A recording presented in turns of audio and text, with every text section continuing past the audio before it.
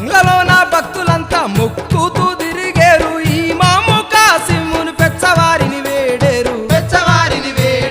తెల్లవారక ముందే మీకు బంతి పూల దండలల్లి భక్తులంతా బంగ్లా ముందు బారులు తీరినారు తెల్లవారుతున్నది